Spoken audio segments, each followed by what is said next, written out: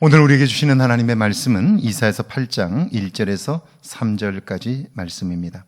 봉독합니다. 여호와께서 내게 이르시되 너는 큰 서판을 가지고 그 위에 통용 문자로 마헬살랄 하스바스라 쓰라.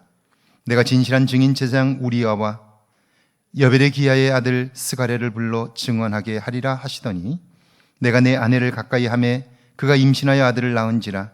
여호와께서 내게 이르시되 그의 이름을 마헬살랄 하스바스라 하라. 아멘. 하나님의 말씀입니다. 좋은 날입니다. 하나님 주신 은혜가 오늘도 여러분과 함께 하기를 주의 이름으로 축원합니다. 여러분은 하나님을 어떤 분이라고 믿습니까? 에덴 동산에 살던 아담을 하나님이 부르십니다. 아담아, 내가 어디 있느냐? 그 하나님은 가인을 불러 물으십니다. 가인아, 내 아우 아벨이 어디 있느냐? 땅이 부패하였을 때에 하나님은 노아를 부르십니다. 땅의 모든 자들이 부패했으니 내가 그들을 땅과 함께 멸하리라.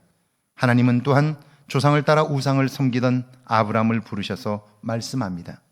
너는 너의 고향과 친척과 아버지의 집을 떠나 내가 내게 보여줄 땅으로 가라.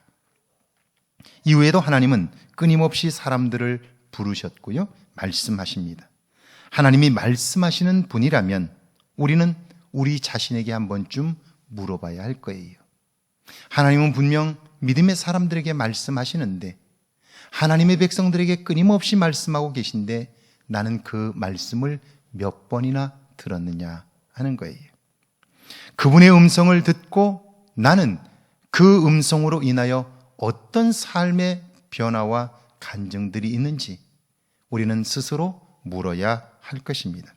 1절에 보니까 여호와께서 내게 이르시되 너는 큰 서판을 가지고 그 위에 통용 문자로 마헬살랄 하스바스라 쓰라. 그렇게 말씀하지요. 북쪽 이스라엘과 암몬 족속은 연합을 통하여 남쪽 유다를 공격합니다. 그들 군대의 규모가 크고 용맹스럽기에 유다 왕 아하스와 백성들은 두려워합니다. 그때 하나님께서 아하스 왕에게 징조를 구하라 말씀하지요. 그런데 아하스는 그것이 하나님을 시험하는 것이라고 구하지 않겠다고 말해요. 하나님이 말씀하셔도 분별하지 못할 정도로 그는 믿음에서 멀어져 있고 하나님을 신뢰하는 자리에서 떠나 있는 거죠. 믿지 못하면 하나님이 행하실 징조를 이룰 때까지 그는 결국 두려움과 근심과 염려 속에 있게 되는 거죠. 잘못된 판단을 할 수밖에 없고 그의 삶은 무너지게 되는 거죠. 이런 상황에서 하나님은 이사야에게 다시 한번 말씀합니다. 너는 큰 서판을 가지고 그 위에 마헬살랄 하스바스라 쓰라. 이것은 하나님께서 신속히 아람과 이스라엘의 공격에서 그들을 막아주신다, 그런 뜻입니다. 말씀에도 듣지 못하는 왕과 백성들을 향해 글을 쓰라는 거예요. 보고 깨달아 구원하실 하나님을 기대하라 하는 것입니다. 사실 우리가 사는 시대 속에서도 하나님은 끊임없이 말씀하시지요. 설교를 통해서, 하나님의 사람들을 통해서 끊임없이 우리의 양심의 소리를 통해서도 하나님은 말씀하셔요. 근데 우리는 하나님이 말씀하셔도 나는 결코 내가 지금까지 살아온 방식대로 살아가느라 그 음성을 듣지 못해요. 듣지 못하면 나도 모르는 사이에 하나님을 믿는다고 하나 하나님을 신뢰하지 않게 되고 나 자신을 믿는 믿음으로 살게 되는 것이죠. 그런 우리를 알고 계시기에 하나님은 여러 가지 방법으로 우리에게 말씀하고 계신 거예요. 오늘 아하스와 그 백성들에게 이사야를 통하여 말씀하시는 하나님이 바로 그 하나님인 거죠. 보아도 알지 못하고 들어도 깨닫지 못하는 상태를 알고 계셔요. 그래서 하나님은 증인들을 세우시겠다고 말씀하죠. 2절입니다. 내가 진실한 증인 제사장 우리아와 여벨레기야의 아들 스가랴를 불러 증언하게 하리라 하시더라. 진실한 증인 두 사람, 우리아와 여벨레기야를 세워 하나님이 말씀하신 것들이 온전히 이루어진다는 사실을 증언하시겠다 하는 거예요. 오늘도 하나님은 우리에게 말씀하시는 분이지요. 그 말씀을 믿는 사람들을 통해서 하나님은 여전히 살아계심을 이 땅에 증거하고 계신데요. 그래서 오늘 우리가 사는 동안 우리의 주변에 관심을 가지고 믿음의 눈으로 보면 세상 속에 살지만 세상 사람과 다르게 사는 사람들이 있어요. 그들의 삶은 기쁨이 충만해요. 그들의 삶은 만족해요. 모두가 다 망했다고 끝났다고 말할 때에도 그들은 소망의 말을 전하는 거예요. 오늘 코로나19로 인해서 모든 사람이 다 걱정스러워하고 있어요. 힘들다고만 말해요. 그런데 여러분, 우리는 살아봐서 알잖아요. 우리의 인생에 위기가 왔을 때 그것은 단순한 위기가 아니에요. 그리고 그 위기를 잘 건넌 사람들은 그 다음에 위기가 올 때 오히려 새로운 준비가 되어 있기 때문에 그 위기를 잘 건너잖아요. 보세요. 여러분, 파도 타기를 하는 사람들을 보세요.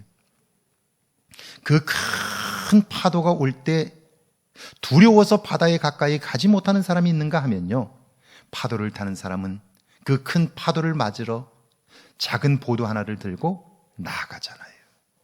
그리고는 그 파도 위에 서잖아요. 서서는 정말 멋진 파도 타기를 하는 걸 보지요.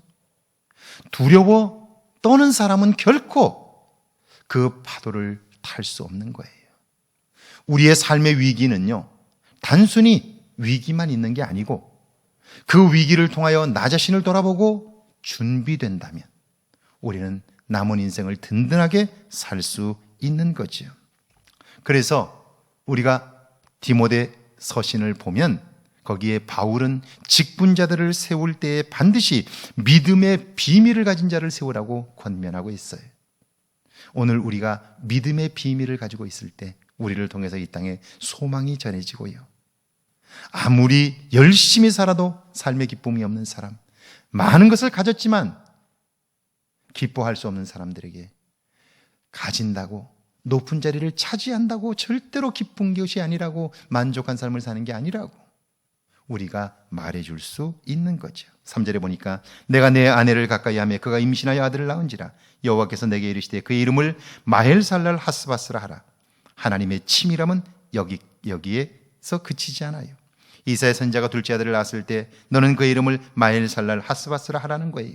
하나님은 그 백성이 어떤 경우 어떤 상황에서 하나님을 신속하게 믿고 하나님을 따르게 될 때 악한 자들을 하나님은 꺾으시고 문제를 해결하신다는 사실을 평생 잊지 않도록 그의 아들의 이름을 그렇게 짓게 하시는 거죠. 여러분에게 하나님은 어떤 분입니까? 이사야가 경험한 하나님은 말씀하시는 분이에요. 우리의 위기와 어려움 가운데서 신속히 막아주시는 분이죠. 그리고 그 하나님을 잊지 않도록 세세하게 말씀하시는 분이시죠. 오늘도 하나님은 우리에게 말씀하셔요. 가까운 사람과의 대화를 통해서 우리가 만나는 작고 큰 일들 속에서 하나님은 말씀하셔요. 그 음성을 들음으로 여러분의 삶의 새로운 구겨진 부분들이 펴지고 새로워지는 은혜가 있기를 주의 이름으로 축원합니다. 함께 기도합니다.